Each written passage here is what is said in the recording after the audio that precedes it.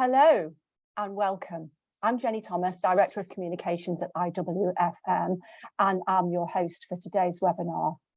We've called today's session Technology Driving Community, Culture and Belonging. And it's focused on a case study, and the case study is Street Soccer Scotland. And I'll try very hard to say that as clearly right the way through today's webinar. So it comes to you in partnership with Envoy, provider of workplace software solutions, and who share many of the questions we have been exploring about the future of work and the workplace. As we know, the national conversation has largely been about trying to attract people back into offices, back into facilities. And back in June, we explored the workplace transition from a transatlantic perspective with Envoy and other workplace experts. And the discussion continues. About a fortnight ago, Microsoft and LinkedIn released a joint report which found that most employers wanted to attract people back into the workplace. It also found that most employees like the flexibility that working from anywhere brings. One thing is clear, workspaces continue to have a clear purpose. And to quote Tony Vargas, Director of Unified Customer Experience Platform Sprinkler, creating space for employees to come together to meet, build community and foster deeper connections is more critical than ever. That's what will make people choose the workplace. That's what we workplace managers must aspire to build. People and shared experience was a common thread in our transatlantic experts discussion episode. And now jumping forward to today, we'll see that it's not only office-based organisations wanting to encourage people back into their spaces in the post-pandemic era. Today's session will explore some of these principles from a different perspective, including the effect of being an organisation led by a strong and driving purpose. We'll do this through the experience of an organisation called Street Soccer Scotland, which provides free football-themed training and personal development opportunities for socially disadvantaged groups across Scotland, and how they've been working with Envoy. It's an entirely different context from the traditional office-based space, but the principles, I think, set out in the quote from Tony Vargas seem to apply in the same way.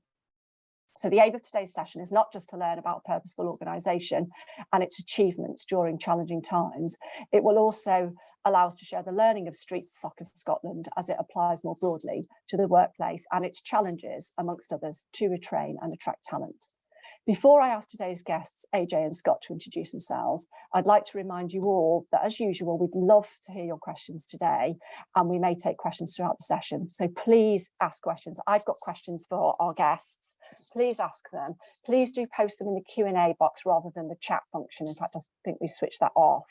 If you want to remain anonymous, please remember just to type Anon before your question, and I won't read out your name, but please keep your questions coming. So before we get into our discussion, a very, very warm IWFM welcome to today's guests, AJ Suglani and Scott Hollinshead. And may I please ask you to put your videos on if you can, and to introduce yourself and share a little bit about your roles. Perhaps AJ, starting with you today. Good morning, everyone. Good morning, Jenny. Thank you for the introduction. My name's, as you said, AJ. I'm working here at Envoy as an account executive, which basically means I work with leaders such as Scott and companies, facilities, offices, and basically businesses worldwide to improve the way in which they work. Envoy is based in San Francisco, and I've been here since we opened our first European office here in London back in January of last year. In that time, I've been helping, businesses to build community and workplaces and facilities, which I guess leads to stronger company culture and more intentional collaborative work.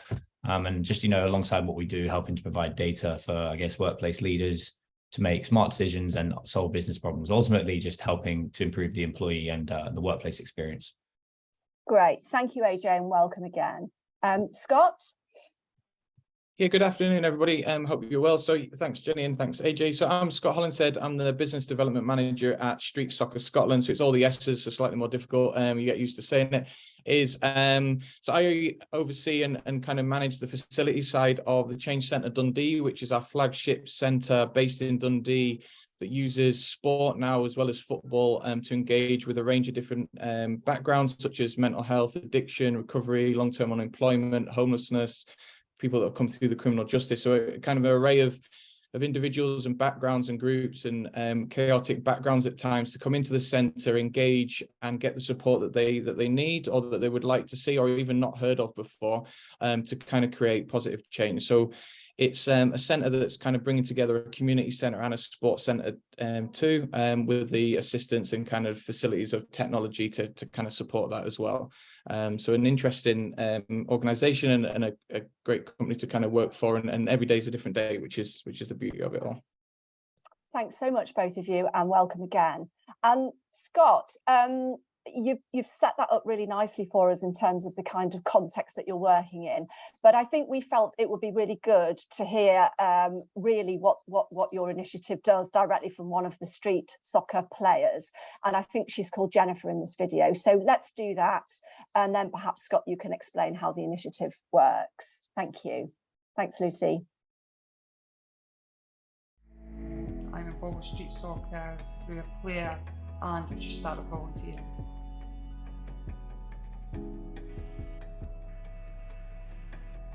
I was at a really low point. I'd just been given my first sentence, a really long one, a 2 year, 8 months. I was kind of stuck, not really knowing what to do, being in that situation. I'd lost my kids, my house. But finding street soccer, it gave me a way to stay clean in the jail and stay away. And it gave me an outlook to say, well, I can do that. That decision was just based on looking at others being able to do it, especially Sarah Ryan, because she was the one who came to the jail, who I first met, and I've met her coming in here. And she was just one of the women I always looked up to, and I was like, well, if she can do it, maybe I can as well. Where before I didn't really have that person to look up to say, well, they've done it. Where now that's all I seem to be seeing is people coming out the other end doing really well. Before I like avoid football, avoid sports, but now I really like getting involved. And even sports that I'm not sure on, I'm willing to get involved just to give them a go. I struggled at the start because when I got released from jail, it was during the pandemic. So I really struggled getting out of prison. But I put the referral on myself to come to street soccer about knowing the service myself personally. And within a matter of a week, I came to my first session. But it's the one thing that's given me focus, and it's the place that I've come to. I don't feel judged. I can mix with others, which was my big thing. Learned a lot of skills, just in general, like social skills. A big part of mine was anxiety, and I never used to be in groups, so they've helped me a lot with being in groups. I've just started the SVQ and coaching, which started on Monday there. This is my one focus I have right now. It's the one place that I can call my own. It's something that I can look forward to, and it's something I've got in a routine now every week. And it's so friendly. People I didn't even know were saying hi to me, and even in the street, oh, I see you at street soccer. I'm like, oh, hi, how you doing? And they're just so friendly. Definitely give it a go. Yeah, at the start, it's nerve-wracking, but once you're in the door and you get over that, it's like being in a family. It really is.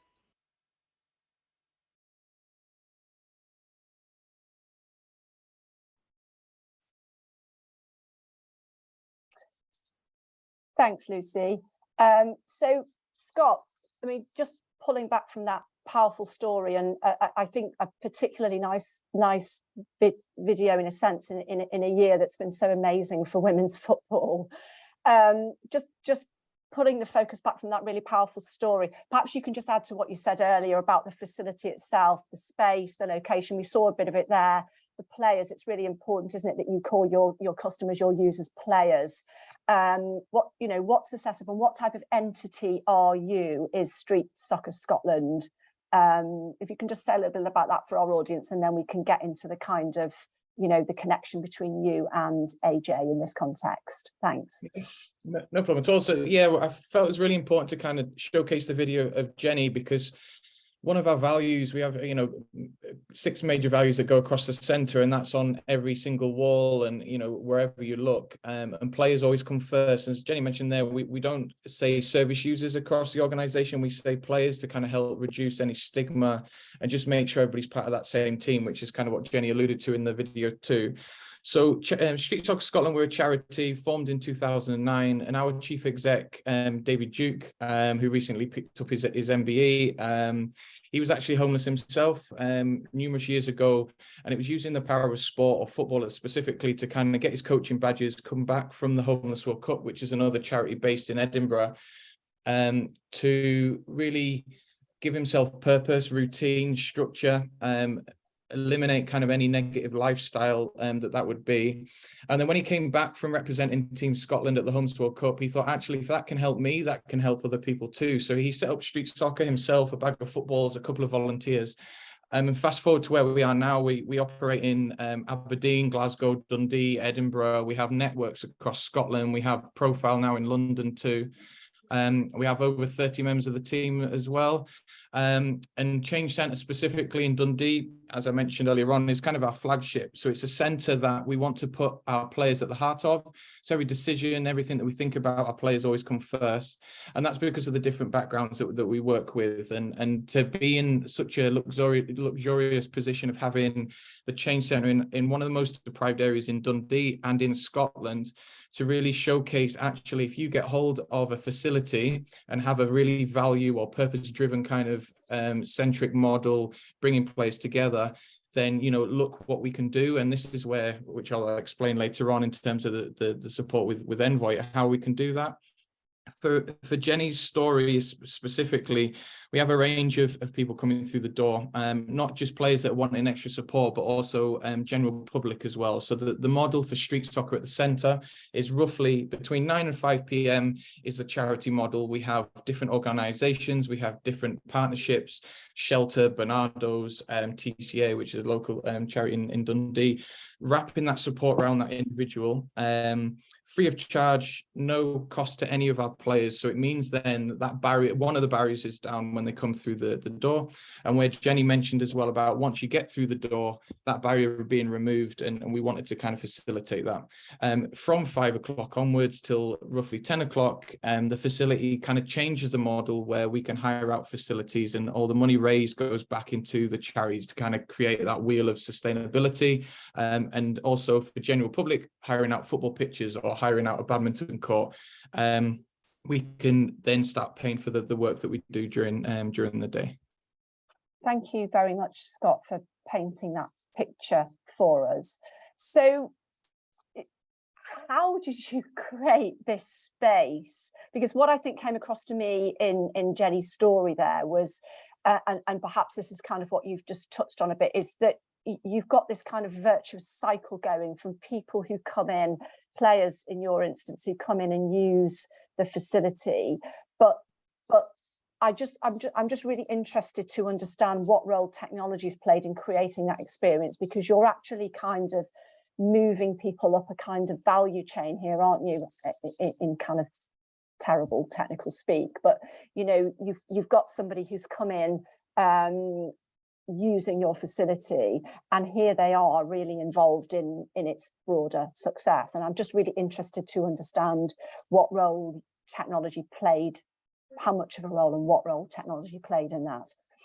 Yeah, so there's two avenues for that. So our players pathway, which is what you mentioned there, Jenny. So a player comes through the door looking for support, and if they get kind of extra roles and responsibilities, they put their head down and work hard, and they want more kind of value to the day, or they want more structure, we can then offer them volunteering opportunities. So they go from player to volunteer, and again, once they've gone and complete, say, their SEQF, which is a qualification that Jenny mentioned as well in the video, they can then progress into a sessional worker. So, you know, there's hours there that the team can purchase. And actually through that model now, it's Jenny specifically as well, they've gone from player to volunteer to sessional worker. They're now actually running the sports centre, community centre on an evening, which then gives us that kind of nice cycle, as well as the monetary element of us kind of being sustainable.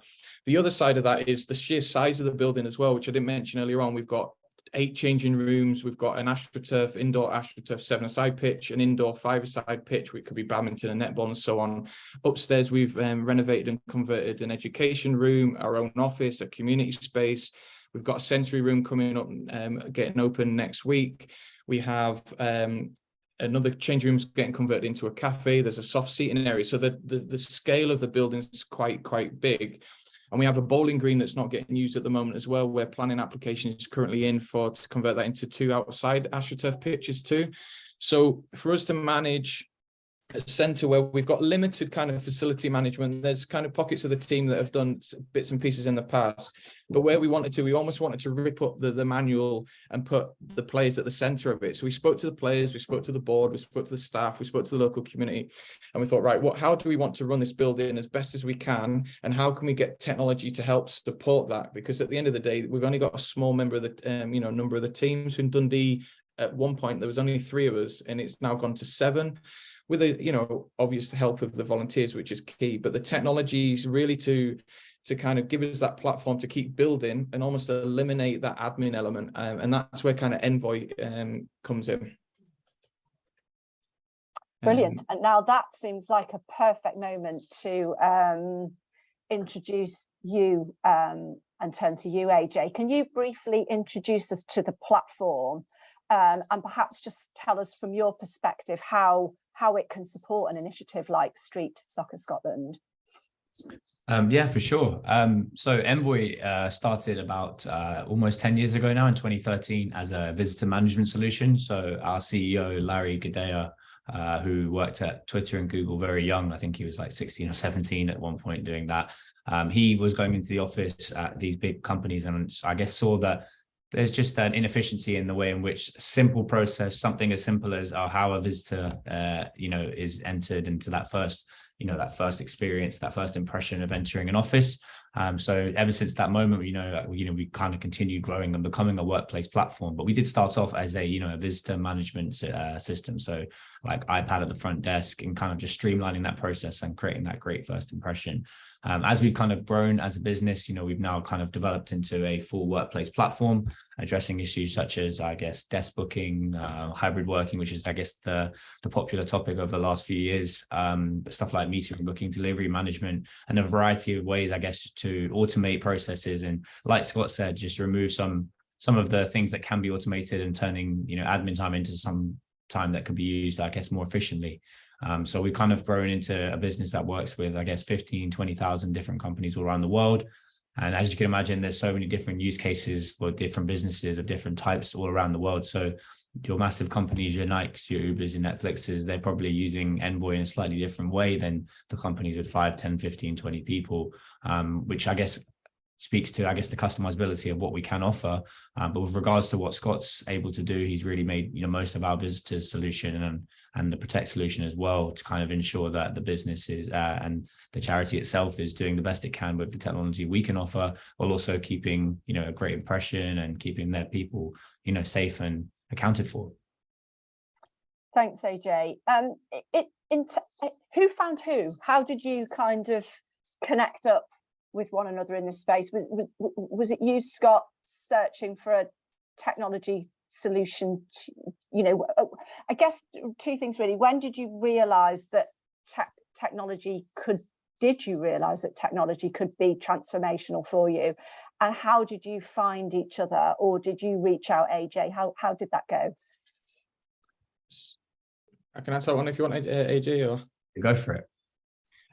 So in terms of meeting Envoy, it was, to be honest, it was all based on first impressions, and I was impressed with the technology from the first instance. So I actually had a meeting as part of Street Soccer down in London with Pret a Manger. They helped support kind of a few of our events with food for their kind of nominated charities, homelessness, and that tied in really well with Street Soccer. And I was signing into their head office, and I was like, I really like this kind of system. And it was, rather than the paper and pen and the standard kind of signing in process, it was actually a really detailed and tailored, Pret a Manger branding. You had to type in your email, you got a survey straight after, and I thought, I really like this. But at that precise moment, we didn't have the change centre, so we didn't have a facility. So I just almost kind of parked that and thought, actually, I'll keep that in the back of my head. I took a photo, I think, of the iPad as well, just so I remembered for future, just in case we had a potential opportunity to have a facility. And then kind of fast forward, as I mentioned, to 12 months ago or 18 months ago when we first signed over the lease. As soon as we kind of had a look around the building, it kind of triggered something. I thought Envoy, or that system, and I had to kind of hunt it down from a camera roll. and then it kind of came into Envoy, and that's when I kind of reached out and started a relationship there with AJ and Envoy, and to see what we could actually do to get it set up. Yeah, I guess I'll add to that just a little bit. It was a pleasure to be reached out to by Scott, because of one, we work with visitors all around the world, but to see the initiative he was doing and to see the passion and engagement he had in what he was looking to do was amazing. So it was a great relationship from the off.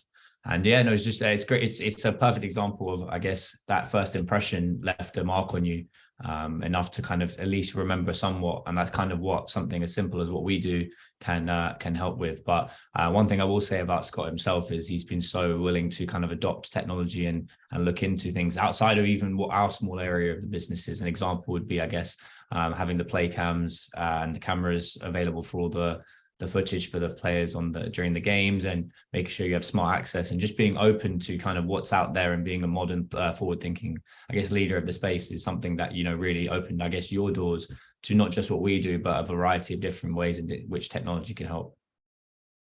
Well, you've led me nicely, AJ, there into my kind of next question, really, because I was kind of just say to Scott, you know,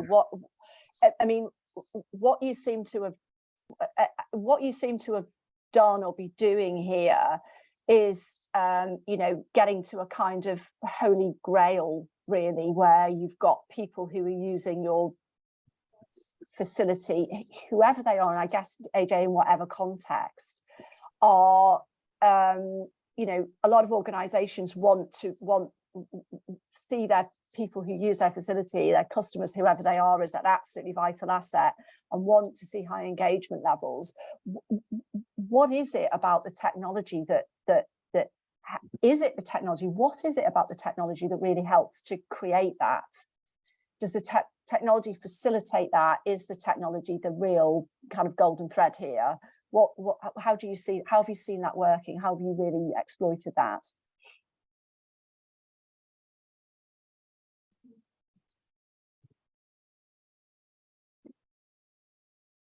I guess that one was for Scott. Can you hear me okay? I can, yeah. Sorry, sorry, I thought you mentioned AJ there. So, in terms of the centre itself, as you mentioned, we have kind of numerous of different people coming through the doors at any one time, which is, as I said, is new for street soccer. So, one, we can cater for our players, not a problem. But because we needed then general public, we have visitors, we have kind of partners of the organisation, we have volunteers. We really wanted to be able to go back to not just the team, not just the players themselves, but we also wanted to go back to like the council and funders for the building as well, to showcase actually this centre that needed a little bit of TLC, a bit of looking after, because we didn't know the centre itself was unsure of what the future held for that particular centre. And our model, where we want to convert an older leisure centre into something that's inviting and welcoming and something quite different. We needed something, and that's where, as I said, Envoy came in, where we were able to produce the numbers, absorb all the admin, and also then showcase back to general public and so on of the numbers that are actually coming through the building as well. So I made a note earlier on. So since the 4th of October, which was a week ago, we were open a whole year for general public coming through the door. We've had over 16,500 visits to the centre. And we were able to as well drill down into the percentages of different groups of people that are coming through. So we're able to kind of really cross-cut different uses for the building. Again, so we can go back to funders. Again, we can go back to the bigger picture of how are we using this building, how are we using this building, and what the success of the building is. And actually, rather than shutting down a building, look what we can do with a little bit of investment, a little bit of kind of that people-centric model of this, you know, it's designed for somebody that needs support to change their lives for the better. And we can also do that by engaging more community as well. And to have those very small pieces of the jigsaw that we can showcase and speak the currency for funders and kind of put the numbers to the case studies like Jenny, it's given us so much more power, or so much more kind of opportunity to answer questions, you know, properly. And it's not just street soccer saying how good we are. Actually, it's the use case, it's the return visitors all the time. And I don't think we would have been able to do that with paper and pen, or it'd have been a lot slower process. Yeah. I hope that answers your question there. Yes, it does. Thank you. And I just wondered, AJ, you know, you're watching this with interest, I would imagine. And I'm just wondering what you're seeing and hearing in terms of, you know, the broader application for you and the broader application of technologies like yours. Are you seeing, you know, what are you seeing that's applicable across the piece? Are you seeing anything new and interesting in this project that you think is applicable in different contexts? And what are you seeing? I guess what I'm taking from this is, if I could bottle up the energy that Scott has and give it to all the people I work with, all the different companies and the stakeholders I work with, I would, because a tool like ours is so customizable, as I mentioned before. I guess like the use case depends on the way in which each workplace wants to work, and that's very different. And I guess even in this specific situation, you wouldn't even necessarily call the change center a workplace. It would be a place of, you know, work, but it's a facility of some kind, right? So yeah, if everyone could be as engaged and as and willing and passionate about what they're trying to do with what we do, then it benefit everyone, right? So the main takeaway for me is that, you know, Scott's done an amazing job here, really, alongside the rest of the team, to really improve upon the experience. But for me, I guess like the example he brought up is a great one, is that, you know, the data is a really good way of just understanding about what's actually happening in your space, and then being able to make actionable data-driven decisions from there. An example that Scott used, for example, is like having 17,000 visitors. You can kind of see and feel that, and you can know when your busiest times are, you can know when these things are, but being able to have that data and that information readily available and actionable helps, I guess, everyone quantify and make, you know, for example, you're talking about funding, being able to show people, look, this is exactly how many people we're getting in, this is the type of what it is. It kind of shows you that you're on the right track, but allows you to really understand and do better from there. So I guess the analytical aspect of it is definitely something that almost any business could take away from what we're doing here. But it really is about the engagement. If you want to, you know, you can get however much you put in, you can get as much as you can out, right? So that's the main thing. That's why I was so impressed by the way in which Scott's utilizing the platform, is because, you know, like there's so many ways in which I've learned things in which you could do. So I know we'll probably touch upon it at some point, but like the surveys you're doing and being able to, you know, understand and give people and your players and the opportunity to kind of give you feedback and maybe confide in you in whatever that situation may be anonymously, and then using that to kind of, I guess, socially provide information about what Street Soccer Scotland are doing on your platforms as well. So it's still all about making that as seamless as possible and integrated in how you're currently doing your work today. Yeah, thanks, AJ. You've both talked about data, and I want to come on to data a little bit further on in our chat. But one of the things that I think is well, one question I had really when I was thinking about this and looking at some, listening and looking at what other workplace commentators say, and a lot of workplace commentators are saying at the moment that actually, we're focused very much, I think, all of us on, is this the right building, is this the right technology, does it start with people? And almost everyone says yes, it starts with people. But one of the things that I think is particularly interesting that I've heard a bit in workplace commentary is that some are saying that it starts with purpose. You're kind of the building you have, the people you have, all of the questions that we come to in our day-to-day actually can be derived from organizational purpose. And I wonder whether particularly you, AJ, given that you see and you work with a lot of organizations, and you've mentioned energy and compassion. Well, I mentioned compassion, you mentioned energy. But also from your perspective, Scott, how much you think the profile of an organization's purpose makes a difference. Some organizations foreground their purpose more than others, and with some organizations, it seems to me, Scott, that in your organization, in the enterprise you've got, purpose is front and center of what you're doing. How much of that makes a difference to customer engagement, customer experience, and user experience, and then all of the things that flow from that technology is enabling? So one of the first things that Jenny mentioned on the video was that kind of removing of a barrier, and there's numerous barriers that we could go into the real detail in from a kind of a social commentary element. But for the building itself, what we want to do is make sure it's welcoming first and foremost, and something that we really empower ourselves on is that purpose. So as I mentioned, we had our vision and our values are across the center, and that's to kind of make sure all other players are aware of what we're trying to achieve at Street Soccer. But what happens and what's quite special about the centre is when you first come into the centre with the iPads there for people to sign in, it's the people that are behind the desk that are actually our players that have come through and either volunteering or being the sessional workers. They're actually using the technology as well to facilitate that person that you may, Jenny, if you've never come to the change centre before, I'm that person behind the iPad that can help you do very easy signing process, but actually as an individual they can look up, if you're a player that's coming through, within seconds I can gauge whether you're having a good day, a bad day, or an indifferent day, knowing that they're signing in on the iPad and absorbing all the general kind of administrative work that would normally be doing on paper and pen.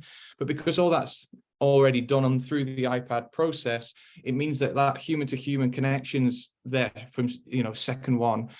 And that's really important for us. That's the purpose. That's the drive for the centre, is that human to human connection, especially after COVID, especially after all the other headaches that everybody has, and understanding of what sport and facility and speaking to other people can do. Then they're in the centre, and that's even, that's within the first minute. Once you then build on that, then you've got a really strong platform. Even the images that are on the iPads as well are of the centre, what Street Soccer have done in other cities, even Dundee specific images. We've had International Women's Day in March.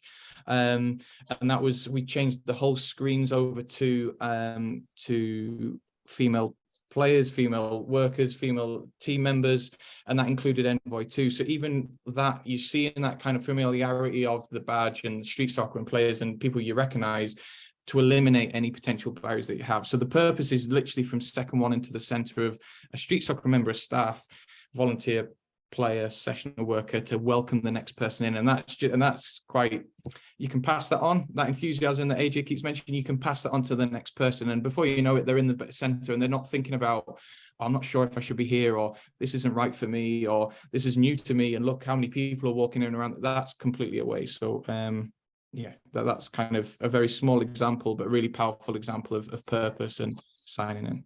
So the technology is quite prominent, but subtle at the same time. I'm taking away from that. It's kind of it's prominent as in you encounter it, you interface with it, you use it quite a lot, but it's not a barrier, it seems to me, from what you're kind of, I mean, people use facilities for all different purposes, but it strikes me that for your particular players, Scott, it's perhaps enabling them rather than being a big feature in their way. And as that did you think that would be an issue with the players who come to Street Soccer? Did you ever think that would be an issue, or was it not really a thing? It was definitely a consideration, digital literacy and everything. We needed to make sure everybody's kind of comfortable as they came in. But actually, because we designed it with the players from the beginning and we opened the centre to our players first, it was actually the players that were able to give me feedback. And that's where you really start seeing, is it easy to use? You always have in the back of your head the end user of, how's it going to impact? How's it going to be used? The fact that we can swap languages very quickly on the iPad too, in terms of different nationalities coming through into the centre. So, but to be honest, I suppose testament to Envoy and kind of what we've used and implemented is the fact that our players, our sessional workers, are able to kind of help the next person signing in and actually using the iPad to how it should be used, shows how easy it is, and also how it's not a barrier, but it's just included in the way we work. It just becomes the norm. It's not kind of, as you said, it's not something you really need to think about. It's just, it runs alongside what we're trying to do at the centre. It's not a barrier. It's not something that's going to hold you back, or it's just efficient. And that's what we want in the centre when you first come in and throughout the building. It's all about kind of efficiency. So we've got more time to add support to that individual. AJ, does the business model make a difference of where the technology is? I'm just thinking about whether or not, I don't want to put words into your mouth, Scott, on any level, but I'm sensing that, well, I'll ask you, has using a technology platform like this helped you to get further in your advancing your goals than you thought you might have done? In other words, have you had any unexpected surprises, or in fact disappointments? Have you kind of gone, oh, well, I wish it could have done this, but it hasn't? Has there been anything that you've fed back to AJ that said, we need it to do this, it would be great if it could do that. And likewise, is there anything that's really surprised you about it in terms of how it has worked with your users? Yeah, so I think, as said earlier on, 4th of October is when we opened up to general public. We opened up a little bit sooner for our players as well. So realistically, 12 months we've been in operation. I honestly think if we hadn't had technology in place to support us in our drive and our goal, it would have been a lot slower process. We would have got there because, you know, the team's solution focused, and kind of we do a lot of growth mindset courses and everything's, you know, we try and be solution focused on everything that we do. However, the fact that we can operate at speed meant that we can operate and work with more partners. We can work with more individuals coming into the centre. We're attracting the sports minister, government level. You know, we've had MPs in the centre. And again, when they sign in, they're seeing that technology and that is part of their kind of experience in the centre. We have had learning curves. You know, I think one of the things that we first did was we just got everybody to sign in using the same questions, and actually thinking about the different groups of people that come in. You know, for example, our evening bookings, that we don't need everything and anything of their details. We really need just a telephone number, an email address, and the relevant COVID questions, which me and AJ were speaking about before we came onto the webinar this morning. Something that we had to pivot very quickly was COVID, and obviously being in the leisure facility and the centre, you know, to make sure everybody's coming into the building healthy and safeguarding. So we still, to this day, we still have the 3 kind of COVID questions that everybody has to answer. I think making sure that was answered, but also making sure everybody was as efficient signing in as possible. We were able to cut different groups. So for example, our players, as soon as they've signed their code of conduct and they've signed their player support kind of document on the first time, and then it just remembers their email address and they can sign straight in, we were able to really cut down certain questions for different groups, and really detail different sign-in workflows for each individual groups too. So it's really bespoke. It's as quick as possible. The evening bookings, they just want to play sport when they're coming on an evening, for example. Whereas our players, we need to ask a few more questions for obvious reasons to kind of get the right support around them. So that's given us real flexibility, and we were able to develop that as and when we go through. So at the moment, we have evening bookings, players, visitors, volunteers, and partners as our different segments of groups that come into the building, and they sign in with a respective kind of different workflows, which has helped. Thanks very much. Actually, I'm going to come back to you, AJ, in a sec, but you've kind of really led me into something before we kind of get into the deeper into the data, which is, you know, I've written this quote down, which is from, we ran a series of podcasts towards the end of last year, and we did one on technology and you know, enhancing culture in organizations or not. And one of the speakers on that said that for data to add value and to drive insights, people need a reason to share their data. And a really key aspect of getting data has to correlate with the employee or with the, you know, whoever's experience. You've talked there about, you know, getting information and getting data from people. How easy or how difficult has that been for you? And is that, you know, how have you got to working out which data you need to collect from your players and others? Yeah, so through just a range of, so I've been lucky enough to be involved with street soccer since near enough the very beginning. I did all the boring paperwork that David Duke didn't want to do, and that's still in place today, to be honest. But in terms of kind of learning and understanding of what street soccer is about and working with our players at the heart of everything, we know very quickly what information we need to have, but also to streamline it, what information we can get at a later point where they've, you know, built up that trust with a member of staff. They've understanding what the building's about. They're in the center, so we don't need to know everything and anything about it anyway.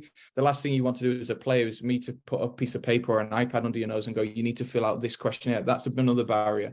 So just to kind of streamline things, the very basics is what we wanted to, that was our aim. The other groups, though, like, for example, evening bookings, don't get me wrong, we've had a few individuals that said, why are we signing this, or why are we doing that? But to be honest, it's very, very few and far between. I think with the environment of kind of COVID and making sure everybody's now, we're a cashless site, for example, that's another byproduct of COVID too. But everything's very kind of electronic and digital. And I think with our players that are very comfortable and confident in using the technology, they're able to kind of help the next person coming through and explain the reasons why. We're big believers on the why for everything that we do. So we can explain the process, and we can explain why we're capturing X, Y, and Z. And I think that's where the frustration gets in. If I couldn't answer that to somebody that's just wanting to play football and says, why am we signing in? I go, I actually don't know. The chance of them signing in are very low. Actually, we can say, well, actually, you're helping us provide a real structured purpose to the organization for us to go back to funding, to make sure health and safety kind of elements are satisfied too. And actually, if you do sign in, you get kind of a survey, you get kind of a bespoke opportunity to get the Wi-Fi code, where to get your teas and coffees, all that stuff. So there's loads of different avenues that we can sell to an individual to sign in, but really it's efficiency and making sure it's bespoke. So it's like a key really to using the place, isn't it? It's a key, and as you say, the more specific data you can ask for, the better data people can give you, and really going to the, as you said there, the why of it. Why, you know, why do I need to share this? You know, here's another form that we all have to fill in electronically all the time. I guess once, if the experience that comes back is bespoke to me, if it's speaking to me and it's helping me to move from one part of you know, from somewhere to somewhere else, and to be expecting me, as it were, then you can see, you know, you can see quite easily the value of that. I want to come to you, AJ, in a sec, and I also want to just as shout out to our audience. I'm conscious of the time. I've got a few things I want to go through with AJ and Scott, but I don't want to kind of do that and then leave no formal time for questions. So if anybody's got questions, can you put them in the Q&A, and I will take those questions. I'd absolutely love to have your questions. I'm going to do a little bit of a section on data, but I can't see questions coming through at the moment, so I'll keep chatting to our guests, and please ask your questions as we go through, rather than kind of pause for a formal session, if that's okay. And I will take your questions as we go along. That'll be really great, and then we can keep the conversation rolling if that's okay with everybody else.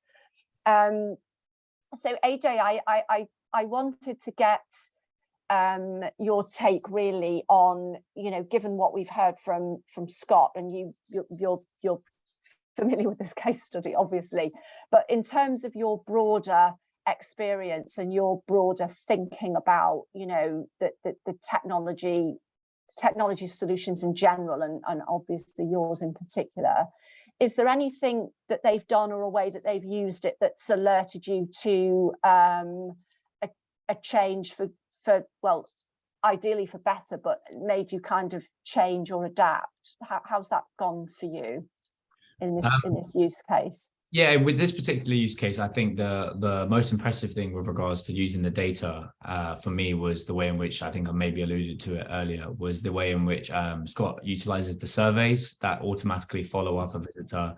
Again, all of these things are automated in a way which is created so not everyone's getting a survey. The people that come in as a player, for example, get a survey. They then get that.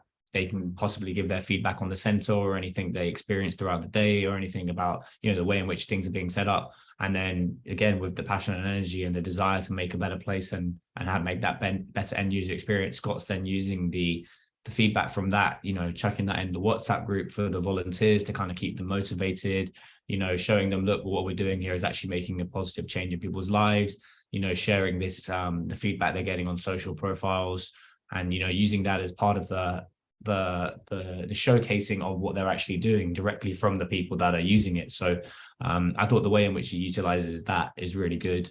But there's a bunch of different things, you know, for example, we mentioned COVID as well. That's something that from my, you know, experience in the industry at the moment is definitely something that, you know, we're kind of pretending like it didn't happen.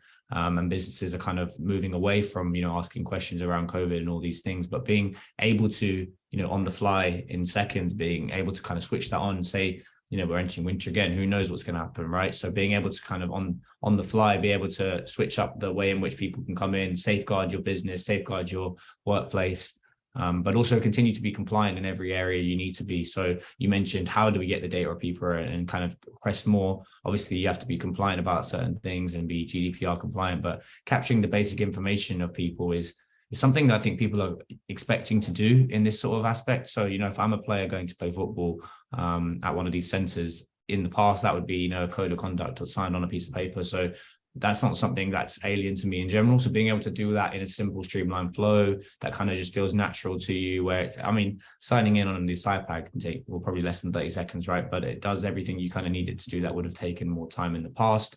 So it's just basically making sure that, all of the stuff you need to do that maybe isn't the thing that they're there to, they've come to do, the stuff that's slightly less exciting is all done in a streamlined, easy fashion that makes it as easy to do as possible. But another way in which Scott's using the data in a fantastic way, not only is he using it to kind of learn who these visitors are and learn who these people are and maybe eventually help them become volunteers at the place. Say, for example, you've got an evening booking, your busiest time of visitors per week is Tuesdays and Thursdays evenings. I don't know if that's what it is, but hypothetically that you can use the information, see the heat map, understand all of that, and then push more volunteers down at that time. So it's all about, being able to be adaptable, quick changing, but also just be able to provide the best experience possible and, using what we can provide on a small scale as much as possible to the maximum that you can. Yes, absolutely. Thank you, AJ. I just wonder, Scott, you've touched on this a bit, but either of you really, did you have any trouble deciding what was key data and what wasn't? I get this sense that people are pretty overwhelmed with data. It's not necessarily having data, it's having which data. What was your process for learning or deciding what you really needed and what you didn't? Did that come easy to you? Yes and no, in terms of you never know all the answers straight away. You need to kind of just get on with it and kind of trial and error, I suppose. But in terms of the bare fundamentals for us is we were a sports centre that to convert to a community sports centre hybrid. That was kind of our main aim. And we had funders and we wanted to show a new model and go back to everybody and say, look what we can do with a centre if you give us investment. And for us, that meant how many visits we can get back into the centre, what kind of different groups of people that we can get back to the centre. Because one of our big aims for Change Centre Dundee is to provide a facility for the community. And that community then would be able to get support, whether it is sport and leisure, or actually is it just a tea and coffee with somebody to help. So we wanted to engage with as many people as possible. And that's why I was so adamant that we needed Envoy in from day one for the centre when we first built it, because then that became the norm for people to sign in anyway. That's the new setup for Change Centre Dundee. That's the way that they operate. So actually, we've seen a really good upturn of making sure that continues, which is great. But from the other element to answer your question is what data we needed was meant that we can showcase the charity, but we can go back to, my manager, the board, and say, look at the difference we're making from a centre that was potentially either going to get shut down or getting used less and less with obviously COVID and the environment that we're working in, to where we are today. And the fact that we can kind of go through different dates, whether it's month to month, year to year, day to day if we really wanted to, plus the heat map shows that engagement. All the other elements that Envoy offer, we're just starting to kind of look into at the moment, but because we've got the fundamentals there, a really strong platform for usage, whilst complementing that with case studies like Jenny's video and numerous other case studies that we've got at the centre, they run hand in hand. So yes, we can answer the questions of the black and white, the numbers, but we can also give you the almost the colour to the black and white in terms of case studies that we provide. So but that'll change, different levers, you can pull and press in terms of how we operate. And I think, again, that's another benefactor of using technology where you can start tailoring elements to us. And I think that's such a good platform where you're able to pull different levers at different times, depending on what you need. And that's the beauty of kind of signing up with Envoy, for example. Yeah. So there's two. Sorry, AJ, you do come in. No, I just want. I don't mind adding something there because I know that we mentioned in this specific situation, you're asking us around how do we know what data we need as a business in that situation, right? And in your specific example, Scott, I guess there's a lot of visitors that are players and stuff like that. But I work with, again, businesses all around the world around not just visitor management as well. And Scott's alluded to the fact that they're interested in, for example, the desk booking element of what we can do, or other areas like room booking. And I think for me, just outside of this specific use case, I think data plays a huge role in how workplaces and businesses can understand what's going on in their workplace. Because like the biggest change in the world with regards to work over the last few years is very noticeable around hybrid working taking the forefront of what most businesses are really doing, originally for, forced method, but now kind of, this open opportunity to really understand and affect the workplace in how it's being used today. Businesses, really, I think more than ever need to understand how their workplace is being used and whether or not they need to, upscale or downscale their space. Maybe there's a more efficient way of using using their spaces, but creating a better experience overall. I think it's more important than ever to really understand what is going on and capturing that information. And I don't think there's many ways in which you can do it unless you have a tool such as, what we allow you to do with, employee scheduling to come in, booking desks, and really seeing how this space is being used. So I think in this specific case, Scott's made the most of what it is, with regards to the visitor management and all of that. But there's a variety of different ways in which data can be utilized, I think, for facilities all around the world.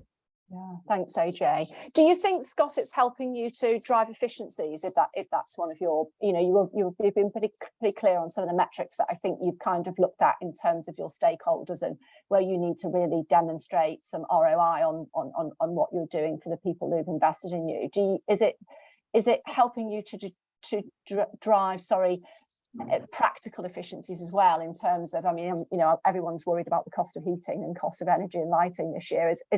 Are you using it in that way? Can it be used in that way? Yeah, so it's like using the heat map in terms of our busiest times of the day, we can kind of, turn the sports hall lights off or from afar, or even just to kind of mirror up our electric bills, for example, to our Envoy system. You can kind of start seeing a pattern or a comparable pattern too. In terms of driving efficiencies, we have to, because we had such a small team to start with in Dundee, and the sheer size of the building and all the different rooms that we could operate. We had volunteer support, which has been brilliant, and we wouldn't be in existence, Street Soccer, without the support of volunteers. But we needed to be as efficient as possible, especially when the rubber hits the road, I suppose, for when Chain Centre opened. If we didn't, it would slow down the opportunity for us to provide support for that individual. And for us, that's the most important thing. If we were then dealing with everything else from all the other admin aspects and trying to really kind of hand out surveys or paperwork that needs to be signed in or whatever like that, that eats into our time of support. And, there's only so many hours in a day that you can do that. And at the end of the day, player comes first is our value, and that would always top trump any of the other other processes in place. So the fact we could have something in place running so efficient whilst doing all our general jobs, whilst giving us huge benefit, whilst enabling us to know that that's getting done and to provide time for us to provide support to our players is huge. So yeah, it needed to be. It was vital for that to work. Thank you both. So Declan Murphy has a question. Declan's wondering how and where you store the data, and you've touched on this, but he specifically asks about GDPR considerations as well. So storing, how and where, and how do you manage your way through GDPR? Yeah, I'm more than happy to take that. On an Envoy aspect, we're compliant across, a variety of different levels of compliance, one of them being GDPR. But I guess what we do is we keep all our data in the cloud, but we provide all of our customers with the ability to, I guess, decide what they'd like to keep. And, for an example of that would be, let's say, you're asking COVID questions before anyone comes in, you may, as a business, decide you don't want to restore any of that data in regards to the answers. You just want to understand if someone was accepted as a visitor or denied as a visitor. You can discard the relevant information you wish, but we do store our information on the cloud and allow, like I said, our businesses to kind of decide what they would like to keep as with regards to that. But we've never really had any issues with regards to businesses, not being able to store what they need to or storing too much. It's really a system in which, I think it's tried and tested now. We're working with 17 different thousand companies, I think. I think we wouldn't be able to get to here if we had any issues with that type of thing. So So yeah, I mean, I'd be interested, Scott, do you have exports that you send to regularly to your team, of the dashboard or stuff like that? So in terms of the dashboard, it's all anonymized. There's no kind of individual names that is attached to that. In terms of the survey that we mentioned earlier on as well, we export that into an Excel spreadsheet, but because it's anonymized, it's just the comments that we get respective, related to the respective kind of amenities or experience that they've had and any comments that they have. And it's that we can promote online. But again, there's no names attached. We don't know who it is that's completed it. We just know between a set period of time, 20 people have completed the survey and these are the comments that they've given, and we kind of export that to Excel to save, but then that becomes a real useful tool for our comms team to pick out any particular comments to promote online. But internally we can use those comments to make sure that we're as best as we can be. We can improve on anything that needs help, or we can kind of showcase any really good workings for the team internally. So yeah, in terms of GDPR, we've not had any particular issues, and even on the front of the iPad you can give consent or don't give consent as well. There's options there all the way through the process of engaging with Envoy. Thank you very much. I'm conscious of the time. It is 5 to 1, amazingly. That's gone very, very quickly. That's been a really interesting discussion for me, and it's been this I think was a fascinating case study in its own right, but also as we've been having these conversations and will continue to have them, I think, about different workplaces, what different user experiences in spaces, the importance of user experience in the FM workplace and facilities management context. And we've had a couple of surveys out this week. One that people are saying that the spaces they're using could still benefit from being more adaptable to the different use types that people are making or wanting to make of space in the hybrid world, but also technology is absolutely key to the future of work. We're feeling that that was really sped up, I think, by the COVID experience, and we're seeing organisations and solutions responding to that, and in some senses driving it, and also where it matches customer experience and that sense of place, really helping organisations to thrive, and the opportunity, I think, of the FM role and the FM function in really helping that to drive forward. So thank you both so much for bringing your experiences and your stories to us today. Thank you so much to our audience. Thank you in particular to Declan for engaging with our Q&A. And thank you so much, AJ and Scott, for helping us to navigate this really interesting subject. Recordings available for anybody who wants to listen again or share it with a friend. We at Navigating Turbulent Times look forward to welcoming you again next time. That's midday on Wednesday, the 2nd of November, in this series of webinars, when we'll have more on technology, actually in part 2 of the Digital Twin Journey series with Microsoft, based on a piece of work that we've been doing with Microsoft. That will be hosted by Peter Brogan, and that's the second in a 3-part series delving into the findings of a roundtable that IWFM and Microsoft have worked on together on the transformational potential of ecosystems and the role of FMs in realising them. So really interesting that. In the meantime, you can listen on demand to all of the webinars in this series, including the episode I referred to at the top of the session, actually also with Envoy, Transatlantic Perspectives on the Workplace Transition into the Future, which was held on the 15th of June, hosted by Sophie. A couple of short notices before we sign off. The IWFM Insight Hub is jam-packed full of info, including the latest good practice guidance, policy, research, webinars on our core themes around the workplace, including technology, sustainability, building safety, and much, much more. It's all there on the website. Find it from Insight on the top nav. Upcoming community events you'll see on the screen. There are lots of them. There's a really, really packed October and November agenda.